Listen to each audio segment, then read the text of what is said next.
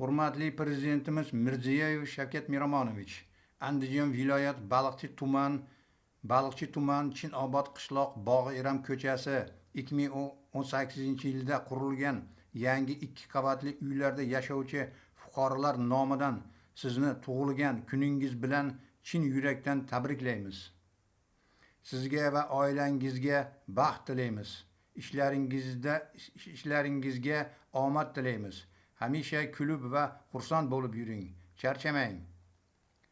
Biz bilamiz, siz hamisha adolat va haqiqat uchun kurashadigan insonsiz. Siz biron marta televizorda yoki internetda xalqqa yomon so'zlar gapirmagansiz. Siz hamisha xalq bilan birgasiz. Ko'pchilik odamlar bilmaydi. Davlat rahbari bo'lib ishlash bu juda qiyin. Odamlar adolat va haqiqat uchun kurashishni o'rganmaguncha kimdir ular uchun kurashish kerak. Mana shu bizning 2018-yili qurilgan Andijon viloyat Baliqchi tuman Chinobod qishlog'i Bog'i Eram ko'chasida qurilgan yangi 2 qavatli uylarimiz. Mana tabiiy gazlar yo'q. Qishda o'tin, ko'mir va обогреватель yoqamiz uylarni isitish uchun. Mana shu ko'p qavatli uylarimiz. Tabiiy gaz turbalarini Baliqchi tuman va Andijon viloyat hokimlari uzdirib tashladi va ular berishni ham xohlamayapti. Mana shu tabiiy gaz yo'qlar.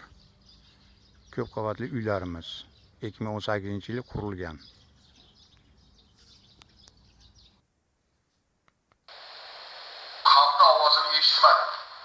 Eshitmadik.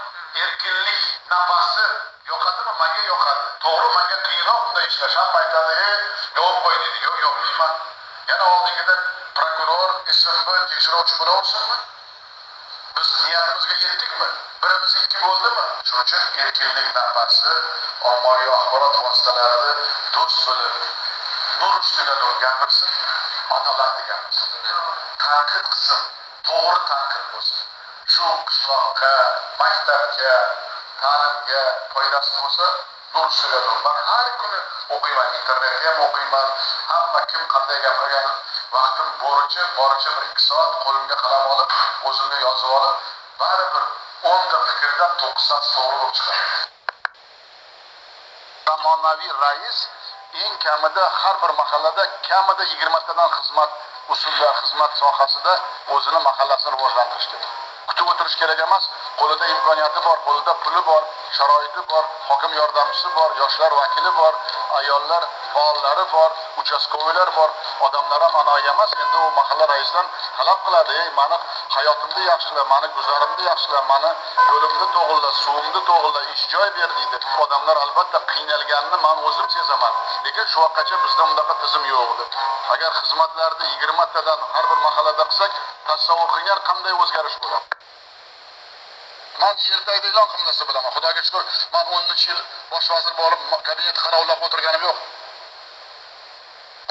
Qanli ko'lda nima bo'layotganini bilaman. Boysunda nima qilganini bilaman. Qo'rg'ontepada qanday otni kim minganini ham yaxshi bilaman. Prokurorda ham, ichki ishlarda ham kerak bo'lsa boshqasini ham ayta olaman. Menga bundaqa g'o'dayganlar kerak emas. Biz xalq oldida juda katta javobgarmiz. Mas'uliyatimiz bor. Xalq oldida ertaga hisobot berish oson bo'lmaydi. Men oldimda tomoshabin bo'lib, yengil-yelpi yurib g'o'daygan odamlarni men bir kun ham chidamayman. Katta rahmat ommaviy axborot blogerlarga. Ko'p narsalar hozir O'zbekistonda ochiq, hamma buni ko'rib turyapti. Oldin yopiq edi. Lekin bitta narsani bilinglar, bu ochiqlik hech qachon orqaga qaytmaydi. Qanday ko'p ochiqlik bo'lsa, qanday ko'p ommaviy axborot vositalari odamlarimizga adolatli, haqiqiy muammolarni qancha ko'p bildirsam, men rahbar sifatida minnatdor bo'laman ularga.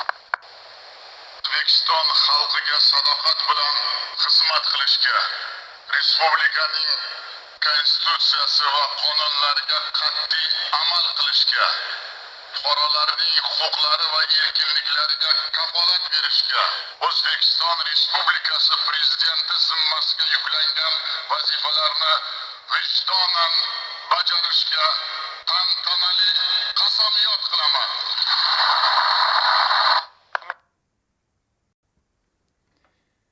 Hurmatli Prezidentimiz Mirziyoyev Shavkat Miromonovich, bizning Chinobod qishlog'imizda Bog'ayram ko'chasida 2018-yil qurilgan 2 qavatli uylarimizga mehmon bo'lib keling. Biz yashayotgan sharoitimizni bir ko'ring.